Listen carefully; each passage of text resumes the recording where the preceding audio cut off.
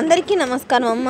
ఈరోజు మనం తెలుసుకుంటున్న అంశం ఏంటంటే 8వ తరగతి తెలుగులో 3వ పాఠ్యాంశమైన శతక సౌరభం అనే పాఠ్యాంశానికి సంబంధించి టోటల్ టెక్స్ట్ బుక్లో ఉన్న భాషాంశాలను చూద్దాం. వీడియోలోకి వెళ్ళే ముందు ఇంకా మన ఛానల్ సబ్స్క్రైబ్ చేసుకొని వాళ్ళు ఎవరైనా దయచేసి సబ్స్క్రైబ్ చేసుకొని లైక్ చేసి షేర్ చేసి మీ ఫ్రెండ్స్కు రిలేటివ్స్ అందరికీ సబ్స్క్రైబ్ చేసుకోమని చెప్పండి. నా ఛానల్ని సబ్స్క్రైబ్ చేసుకొని ప్రత్యక్షంగా పరోక్షంగా వాళ్ళందరికీ పేరు పేరున ప్రత్యేకమైన హృదయపూర్వక ధన్యవాదాలు. ఇంకా ఆలస్యం చేయకుండా వీడియోలోకి వెళ్ళిపోదాం. ఇక్కడ ఏమి ఇచ్చినారంటే ఒక ప్రతిపదార్థం ఇచ్చినారమ్మా. ఈ ప్రతిపదార్థానికి సంబంధించి ఇక్కడ మనకి అర్థాలు అయితే ఇచ్చినారు. జాగ్రత్తగా స్క్రీన్ షాట్స్ తీసుకోండి. ఒకవేళ అక్షరాలు కనుక క్లియర్ కనిపించకపోతే నెట్ క్వాలిటీ పెంచుకొని స్క్రీన్ షాట్స్ తీసుకోండి మా. ఎక్కడికక్కడ స్క్రీన్ షాట్స్ తీసుకోండి. పరాక్రమ అంటే శౌర్య పరాక్రమాల యందు, క్రమ అంటే సరి అయిన, విశారద అంటే నేర్పు కలవాడ, శారద అంటే శరత్కాల, కంద అంటే మేఘం వలె, కుంద అంటే మొల్లల వలె, చందన అంటే మంచి గంధం వలె, కనసార చందన అంటే మంచి గంధనం వలె, సారయశ అంటే శ్రేష్టమైన కీర్తి కలవాడ. క్రింది గేయం చదవండి, గేయ భావం రాయండి. ఇక్కడ మనకు ఒక గేయం ఇచ్చినారు, దానికి సంబంధించిన భావం. మన మానసిక స్థితే అన్నిటికే ప్రధానం, మనసే ముఖ్యం. చెడు మనసుతో చేసే పనులు పలికే మాటలు కష్టాలను తెస్తాయి, దుఃఖాన్ని తెస్తాయి. ఎద్దు గిట్టెల వెనుక వచ్చే బండి చక్రాలుగా అవి మనకు కూడా వస్తాయి. బాధలు అలా వచ్చిన బాధ మనుషులను బాధ పెడతాయి. క్రింది గద్యం చదివి ప్రశ్నలను తయారు చేయండి. ఇక్కడ పారాగ్రాఫ్ ఇచ్చినారు, ఈ గద్యాన్ని స్క్రీన్ షాట్స్ తీసుకోండి. మొదటి ప్రశ్న, నందిపాటి శేషాంబ ఎవరు? శేషాంబ గారి తల్లిదండ్రులు ఎవరు? ఆమె మరణించే నాటికి మన దేశానికి స్వాతంత్రం వచ్చిందా? ఆమె రచించిన రచనలు ఎన్ని? ఆమె రచనలు ఏవి ఎన్ని? తర్వాత పాఠం ఆధారంగా ప్రశ్నలు, వ్యక్తీకరణ సృజనాత్మకతకు సంబంధించిన ప్రశ్నలమ్మ. దీనికి సంబంధించిన నోట్స్ మన ఛానల్లో ఆల్రెడీ అప్లోడ్ చేస్తున్నాను. ఇంకా మన ఛానల్ సబ్స్క్రైబ్ చేసుకొని వాళ్ళెవరు దయచేసి సబ్స్క్రైబ్ చేసుకొని లైక్ చేసి షేర్ చేసి మీ ఫ్రెండ్స్కు రిలేటివ్స్ అందరికీ నా ఛానల్ని సబ్స్క్రైబ్ చేసుకోమని చెప్పండి. మీరు మన ఛానల్ని సబ్స్క్రైబ్ చేసుకుంటే మీకు ఆ వీడియోస్ అన్నీ వస్తాయమ్మా. ఇప్పుడు భాషాంశాల్లోకి వెళ్ళిపోదాం. భాషాంశాలు పదజాలంలో క్రింది పట్టిక ఆధారంగా వాక్యాలలోని పదాల అర్థాలను గుర్తించండి. వాటితో సొంత వాక్యాలను రాయండి. జననీ జనకులు అంటే తల్లిదండ్రులు, తల్లిదండ్రులను సేవించాలి. కరములు అంటే చేతులు, మంచి పనులు చేయడానికి మన చేతులు ఉపయోగపడాలి. కాలం అంటే సమయం, సమయం గడిచిపోతే తిరిగి రాదు. కనకము అంటే బంగారం, పేదవారికి బిడ్డలే బంగారం. శృతము అంటే సత్యము, సత్యమునే పలకవలను. హితము అంటే మేలు, మహాత్ములు లోకమునకు మేలు చేస్తారు.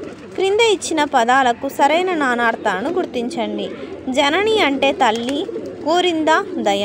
కను అంటే చూచు ప్రసరించు తెలివి. తర్వాత మతి అంటే బుద్ధి తలుపు ఇచ్చ. పలుకు అంటే నింద ఖండము మాట. ధర్మం అంటే పుణ్యం యాగం న్యాయం. తర్వాత జనని అంటే తల్లి కోరింద దయ. కను అంటే చూచు ప్రసరించు తెలివి. మతి అంటే బుద్ధి తలుపు ఇచ్చ. పలుకు అంటే నింద ఖండము మాట. ధర్మం అంటే పుణ్యం యాగం న్యాయం. తర్వాత క్రింది వాక్యాలలో గీత గీసిన పదాలకు పర్యాయ పదాలను రాయండి. పలాయనం అంటే పారిపోవడం పరిగెత్తడం. కార్యం అంటే పని కార్యక్రమం. వీణుల విందు అంటే చెవులకు ఇంపు శ్రవణ శుభంగము. వెలుగు అంటే ప్రకాశం కాంతి. తర్వాత ఏమిచ్చినారు, క్రింది వాక్యాలలోని ప్రకృతి వికృతులను గుర్తించండి.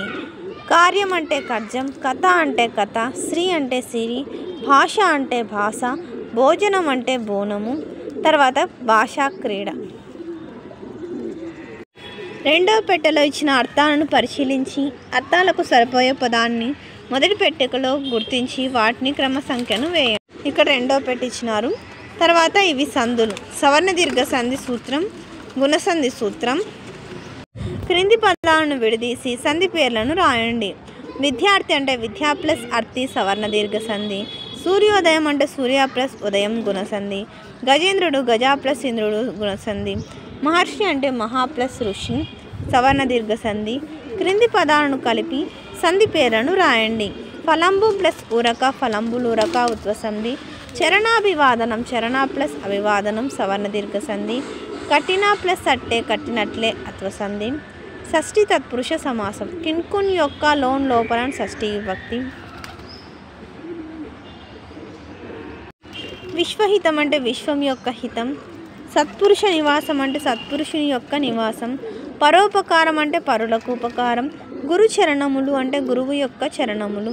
తర్వాత ఏమిచ్చినారు ఇక్కడ, క్రింది పదాలకు విగ్రహ వాక్యాలను రాసి సమాసనామం రాయండి.